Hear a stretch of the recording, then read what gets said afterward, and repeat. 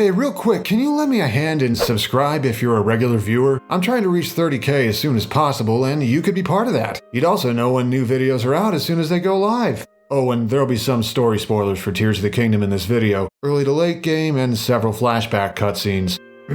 This is Challenger Approaching, where we take a character who isn't playable in Smash Bros. Yet and go deep into detail on how they could work if they got in for real. And this time, we're taking another look at a series that has been snake-bitten for years. The Legend of Zelda hasn't had a fully unique newcomer since Melee, with anyone who isn't a Triforce wielder still waiting for an invite to come their way. But its newest entry is a massive critical and commercial success with many new and returning characters. And since the next Smash game is probably in development now, it's in the perfect spot to get looked at for potential newcomers. And one of them stands above the rest, not only because of his role in the story and lore, but also because he can wield the very powers that make his game such a memorable experience.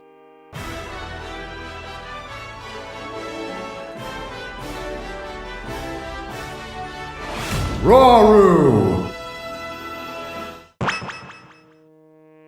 Long ago, in the land not yet known as Hyrule, monsters and demons roamed free, terrorizing the people. Until the Zonai arrived from the skies above. These highly advanced, beast-like, possibly divine, possibly extraterrestrial beings wielded powerful magic and incredible technology. Allying with the surface dwellers, the Zonai drove back the forces of evil, left their mark on the civilizations that were free to flourish, and then almost all of them left. But one who remained was Rauru. Born on the surface, he finished his predecessor's work, slaying any demonic stragglers and building shrines whose purifying light cleansed any dark power that remained. And so, Rauru, and the Hylian priestess he had fallen in love with, became the first rulers of the Kingdom of Hyrule, in this timeline anyway. But that peace was not to last, as a different ruler from the desert coveted both Hyrule and the power its royal family held. Wielding the same darkness the Zonai had tried to eradicate, Ganondorf's ambitions nearly brought ruin to everything Hyrule and its people had striven for, were it not for Rauru sacrificing himself to seal the Demon King away for millennia, long enough for the birth of two important figures, a chosen champion who could finish the job for good, and Rauru's own distant descendant, whose powers over light and time would be key to saving Hyrule from calamity, twice. Hard to talk about Rauru without delving into the lore, which is very on brand for this series. He ties up some loose ends presented in Breath of the Wild, providing an origin story for Hyrule's founding while raising further questions about the Zonai. As a character, he's complex and ironically very human. In the time we see him, he displays a sense of duty to his people and affection toward his family, including Zelda after she winds up in his era, being a better father figure than her own father. But Rauru is not without his flaws, some more amusing, like a tendency to put off important duties to go hunting instead, implying leadership might not have come naturally to him, and some more tragic, like being so overconfident he could keep Ganondorf's ambitions in check that it led to tragedy. Most importantly for us, though, Rauru has a lot of really interesting powers at his fingertips. Literally, not only is he a skilled user of light magic, empowered further by the Zonai's secret stone he possesses, most of the hand powers Link obtains in Tears of the Kingdom are from Rauru himself. But could it be enough to finally give us our first Zelda newcomer in ages? It'll come down to timing and priority, but he has what it takes to stand out. And if the stars did align, how could Rauru fight in Smash? While Rauru's basic design can transfer into Smash pretty easily, I gave him something extra. In his left hand, he wields a standard Zonite sword. He was given the epithet King of Keen Blade in the tablet shown earlier, so we can reasonably guess he's a skilled sword fighter even if he's stronger with magic. Also, giving him a sword lets him do some things he wouldn't be able to otherwise, hint hint. The way Rauru uses this sword, in tandem with his magic, helps him stand out amidst other sword users, magic users, and big bodies. His swordplay has an air of elegance to it, but with extra force and intention behind the swings, kind of like a cross between Marth and Link. Maybe there's a Hyrulean sword fighting style that traces back to Rauru's era? When combined with a varied array of light elemental spells, it gives him a distinct style on the battlefield. As for alternate costumes, there's his default, sporting ashen gray fur with various adornments and markings colored green and gold. These colors are swapped for shades of blue with his second palette, based on the Zonai frostbite armor you can find in Tears. And you can guess the next two from there. Brown, red, and orange based on the Ember armor, and black and gold like the charged armor. His clothes also change color, but those aren't visible in his stock icon. Next is a darker brown with primal red and violet, inspired by the barbarian armor that might or might not also be Zonai based. Told you they're a mystery. Then Rauru takes on a lighter colored palette that's a dead ringer for his wife Sonia. He'd totally be up for wearing matching outfits. Then a striking palette heavy on white and orange, based on the other Rauru from a different era. Are the two connected at all? Who knows? Finally, the last alt gains a brighter green tint inspired by Zonai magic and the color his arm glows when Link uses it. Now, what kind of fighting style would Rauru have? Actually, it wouldn't be just one. Unlike typical big bodies who have one game plan they impose on opponents, Rauru's is much more adaptable. Like some other dynamic type fighters, he can adjust his strengths based on the matchup or situation, and you might have an idea how already. Makes him very flexible in ways that aren't typical for his archetype. But no matter what he's currently capable of, Rauru's game plan always leans towards stage control and forcing opponents out of their comfort zones. Able to lock down parts of the stage, prevent foes from exerting their own control, and even directly forcing them to move, he's much more strategic compared to other super heavies. And as we check out his detailed stats, you heard that right, Rauru is a super heavy. Roughly the same size as Ganondorf in his game, he'd be similarly big and tall in Smash, while weighing in as the 8th heaviest character on the current roster. Being so difficult to knock out, along with solid recovery, is a clear upside. Being a big target, less so. But he carries some other strengths typical to heavies, like, well, strength. See that knockout power? Between his magic and other augments, Rauru has very little trouble closing out stocks. His damage output is also pretty good, and it too can get better in certain situations, as can his normally mediocre combos. And he can move around in the air just fine. His airspeed is right in the middle of the roster. But Rauru also has some typical heavy weak points. For one, he's pretty slow on the ground, with 20th percentile walk speed that falls to bottom 10 when running. Has some burst movement thanks to a passable initial dash, but he wants to lean more on his range and defensive play, which he'll need to use carefully because most of his attacks aren't that fast either. Like a lot of heavies, Rauru can get overwhelmed if opponents with faster frame data get up in his face, so he wants to swing preemptively and think ahead, which fits a wise king just fine. How does Rauru bring his sword and magic to bear? Let's start with his most basic moves, which opens with a rare 2-hit jab, a straight punch with his right hand for 1 hit, then he opens his hand and releases a small blast of light for a second. Actually has decent startup, and eventually KOs at the ledge. We can use Zelda's light magic as reference for a few moves, after all she inherited those powers from him. Meanwhile, forward tilt is a sword swing in an outward rising arc. While similar to Mars Sin form, the animation's different. Rauru holds his sword in his left hand, doesn't lean forward, performs the swing faster, and holds it a little longer at the end. A solid spacing tool. Rauru's up tilt is a sword swing in an arc overhead from back to front. This one's kind of like Link's instead. Remember that line about old Hyrulean sword techniques? Rauru doesn't lean back during his version, letting it reach even higher but leaving himself more vulnerable. Down tilt is a forward stab at ground level. Sounds like a lot of sword fighters, but Rauru lets the sword linger for a moment before pulling it back, giving it a late hit. The clean hit at the start knocks foes away at ground level, while the late hit pops them up for combos. Almost like something more can happen here. Then for his dash attack, Rauru extends his right arm and shoves forward with 3 orbs of light in a forward arrow shape, instead of the horizontal one shown here. While smaller than Zelda's version, they still reach notably high for a dash attack, even able to hit some platforms, and with enough power to be a backup kill move. That's just a fraction of Rauru's magic. His smash attacks put it to full use. Forward smash is simple but effective. He pulls back, thrusts his right arm forward, and fires off a big explosion of light. While slow to come out, its huge area of effect makes it as scary as heavy smash attacks usually are. Outer reaches are a sour spot, but they're not that much weaker. Opting for something kind of faster, Rauru's up smash has him swing his right arm above and set off a chain of 4 smaller, light explosions that lead into a final medium-sized one. The wide, multi-hit strikes are great for anti-airing, especially with its reasonable startup. And for his down smash, Rauru creates a variant of the force field he uses in a certain cutscene. Our version moves forward a little as it materializes, slamming into anyone nearby for strong damage with a kinda tall hitbox that reaches below ledges. And just like in the cutscene, it blocks any enemy projectiles that hit it from the front, but it doesn't cover behind you at all. You're not so overconfident as to let opponents cross you up, right? Now for Rauru's aerials. His neutral air involves more magic, covering himself with a sphere of light that pulsates outward for multiple hits while protecting him. Kind of like a cross between Mewtwo and Sephiroth snares, with mediocre startup but a good hitbox if you're able to get it out. Forward air is a classic downward sword swing, again comparable to the Sword Lord's hitbox-wise, but with less motion on the animation since the Zonite sword is light enough to swing easily. Deals forward knockback like you'd expect. Rauru's back air has him turn around and perform a pair of horizontal slashes behind him. Hey, is that another Hyrulean sword tech? This one actually comes out a little faster than Link's forward air, but it's not as powerful, normally. It also turns Rauru around afterward.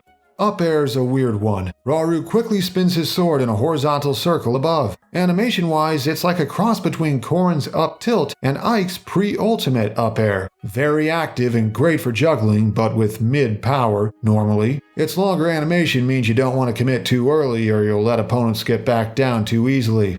Rounding out the set, Rauru's down air is a stomp downward with one foot, creating a burst of light. Hey, that's kinda like Zelda's. Has mediocre startup but a strong spike right as the light appears, and a non-spike late hit that lingers for a few frames afterward.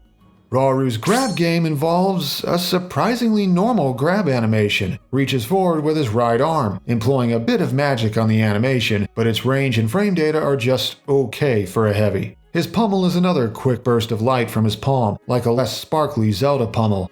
And Rauru's throws let even more of his magic go to work. In fact, his forward throws a bigger version of his pummel, and looks a little like Sephiroth's, holding his arm out further and creating a larger blast of light that sends the target forward. Back throw uses magic to spin the opponent around and fling them backward without bothering to look. This one's his kill throw, and it's a pretty strong one. Up throw is a simple upward toss, with low enough base knockback to combo into his nair at low percents. But his down throw is unique, swinging his sword down onto them for a free hit. This unusual attack has the potential to combo or KO, but it depends on certain factors and doesn't do either by default. Finally, Rauru has a few taunts, even if he's not the type to brag much. His up taunt assumes his magic channeling pose, letting wisps of light dance around him, not fully above showing off. Side taunt has Rauru assume a more active sword fighting stance, shouting, "For Hyrule!" And for his down taunt, Rauru spins in place gracefully and finishes with a dramatic pose, a short dance complete with a dorky sounding "ha-ha" before awkwardly clearing his throat and getting back into position. Now for the part you've been waiting for. Rauru's specials are an interesting bunch, with one hell of an opener, because his neutral special is the thing his artwork has teased this whole time. One of the powers Link uses in Tears via Rauru's arm, Fuse lets you attach nearly any object or material to your current weapon to augment its abilities. How does it work here? I'm glad you asked. Press B and Rauru opens his right hand palm up as a circular inventory menu appears around him. Hold a direction to select one of the Zonai devices shown therein and let go of B, and he uses his powers to fuse that object to his sword. All of his sword-based attacks are affected by this. Tilts, aerials, down throw, you name it. See why he uses a sword now? The 4 devices available are as follows. The Flame Emitter increases the damage of Rauru's sword attacks, since it resonates with the Zonite sword, just like in his game, and adds a flamethrower-like effect to them in the form of an extra hitbox that gives them additional range. While it doesn't go as far as in Tears, and the flames deal a weaker hit than the sword/emitter does, it's still amazing for spacing attacks with.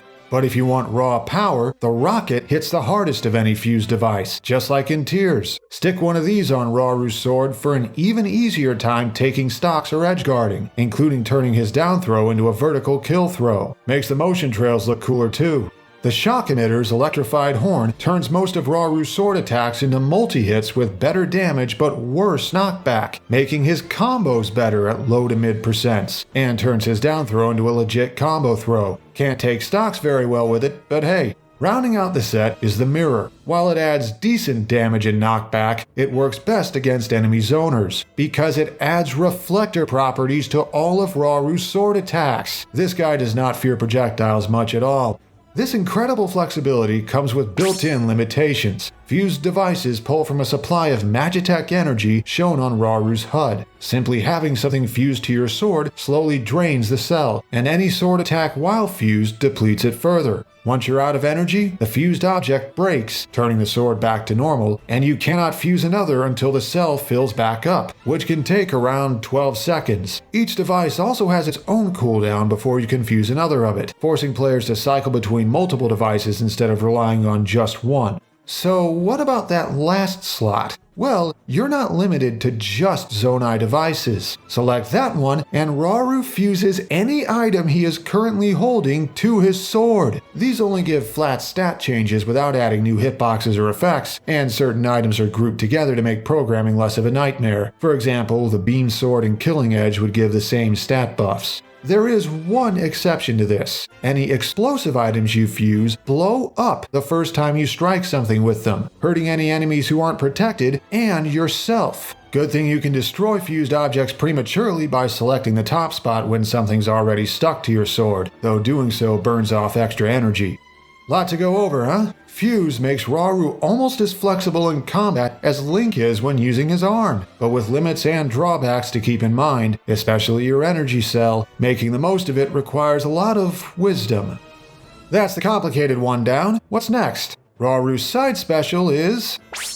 You're seeing a trend, right? Another hand power, Ultra Hand's ability to freely manipulate different objects, is another part of what makes Tears so unique. On use, Rauru reaches forward with his right arm as it glows with Zonai magic, and an orb extends from his hand. It functions sort of like a tether grab, moving a distance ahead with the ability to angle it up or down very slightly. Rauru's more adept with it than Link is, so he actually can grab other fighters who aren't shielding. It's a hit grab, at which point he can press any direction to reposition them within a circular range around him, press A to shake them loose for damage, or press shield to just let go. Which doesn't sound very impressive, but remember, it can grab objects. Any item or projectile with a physical form can be picked up by Ultra Hand. Arrows, bombs, Diddy's banana peels, you name it. Not only do these objects become yours once grabbed, if you then press B while your sword has nothing on it, you can fuse the item straight to it.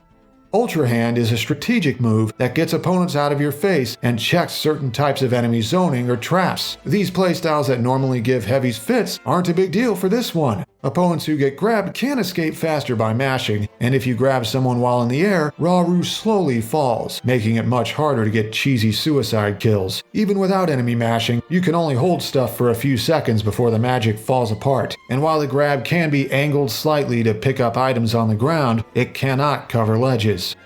Okay, this one won't be complicated, I swear, especially since anyone who's played Tears of the Kingdom knows what goes here.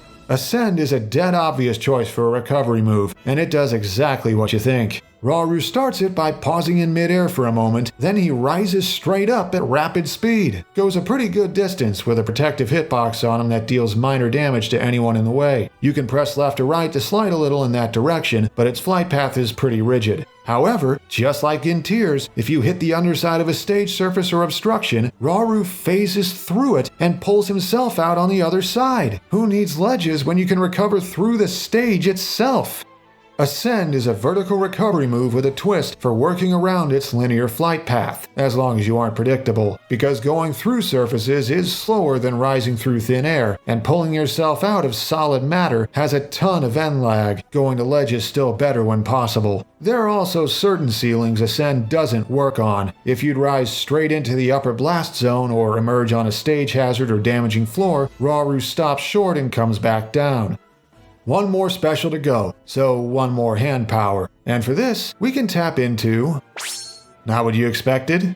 The only optional hand power in Tears, Auto Build lets you rapidly create structures or contraptions you've made recently, or any you have a schematic for. So how can Rauru use this in a balanced way? On use, he focuses and, after a moment, starts rapidly assembling chunks of Zonite ore in front of him. After around 3 seconds, it takes the shape of none other than a Zonai soldier construct wielding its own Zonite sword. The construct then acts on its own, staying in place hovering above the ground, or falling if in midair, until an opponent gets relatively close by. Then the robotic sentry activates, chases them down at a leisurely pace, and attacks with simple sword swings when in range. These only do decent damage on their own, but would you believe you can fuse Zonai devices to the construct sword if you're right next to it, giving it similar effects to Rauru's sword? And you can pick it up with Ultra Hand, moving it somewhere else if needed. But it also has similar drawbacks. The construct slowly drains your energy cell with its mere presence, and if you run out, it deactivates and collapses. While it'll turn back on once your energy is refilled, it's a sitting duck until then, and these things can only take so much damage before they're destroyed. Rauru's version of auto-build constructs a construct on the fly that helps create diversions, flank opponents, or actively control a part of the stage. It's not a full-on puppet like Luma, nor as responsive as Nana, but the way it synergizes with Rauru's other specials opens up new tactics anyway. Just keep your energy usage in mind. Having a construct out and objects fused to your sword and its sword can deplete your gauge faster than it refills. And now for Rauru's final smash. We haven't had any light magic in his specials yet, so how about we change that in dramatic fashion? Yep, we're pulling from that scene. Empowered by his secret stone and the smash ball, Rauru flies off screen and into the background where he levitates in place, glowing with sacred light. He enters the meditative pose from before, channeling an incredible amount of energy. No need for Sonia or Zelda to help him here, and a Zonai-style targeting reticle appears that you can aim with. Pick your spot and press a button, or wait long enough, and Rauru gathers all of his strength, opens his third eye, and unleashes an incredibly powerful beam of light that scours the battlefield where you aimed. Lasting for several seconds and growing even bigger as time goes on, anyone remotely close is pulled in and purified by force. This thing smote an entire horde of Moldugas without him breaking a sweat. What hope do his foes have? This is how Rauru could fight in Smash. The first king of Hyrule brings all of his wisdom and skill to bear, swordplay, light elemental magic, and the powers of his arm to build and combine. Though he may prefer peace above all else, as all warriors should, he will still fight to ensure his kingdom and people will endure. If only it had been that simple in his own time. Rauru boasts an incredible amount of versatility in his specials, flexible in ways normally unseen by a super heavy. He can even keep enemy zoners in check, circumventing an almost universal weakness of his archetype. And he still has the typical power of a heavy, with little trouble building damage and netting knockouts, especially through smart use of fuse. However, he has the typical heavy weakness of mostly slow attacks, easily overwhelmed if he's stuck in close combat. All of his specials, other than Ascend, require being on stage and having no pressure actively on him to set them up, and his energy cell resource and device cooldowns create lulls in his own pressure, potentially falling apart completely if he gets outsmarted too often. This challenger took a while to fully settle. I knew I wanted to do an episode for Rauru not long into playing Tears. Did you notice how I built him as a foil of sorts to Ganondorf? Both of them slower-paced heavies that lack conventional projectiles yet play very differently. Though the exact details for Rauru took time to piece together. At one point, Ultra Hand was his grab, Fuse was his down special, and Auto Build created pillars/turrets instead of soldier constructs. If you're wondering why I didn't use Recall, well, he can't use it. That's Sonia's power, and Link obtains it from Zelda. And if you're wondering how the hell Fuse would work for Kirby, either he'd fuse the devices to his hat and get extra hitboxes around his head, or he'd just get Ultra Hand instead. You know, while he's not the first Zelda character that comes to mind in Smash speculation, I've actually seen growing support toward Rauru as a newcomer. More people are catching on that he could bring his game's hand powers into Smash without needing to completely rebuild Link around them. Will it let him finally break Smash's Zelda newcomer curse? We'll have to see. For now, special thanks to the following for helping with this video, as well as my patrons for their continued support, including what they get to do now. Anyone backing me on Patreon for as little as $1 per month can vote on which of these characters gets to go next. Lear will break their second place curse one of these days. So, until next time, well, time to hop on the old air bike and head out.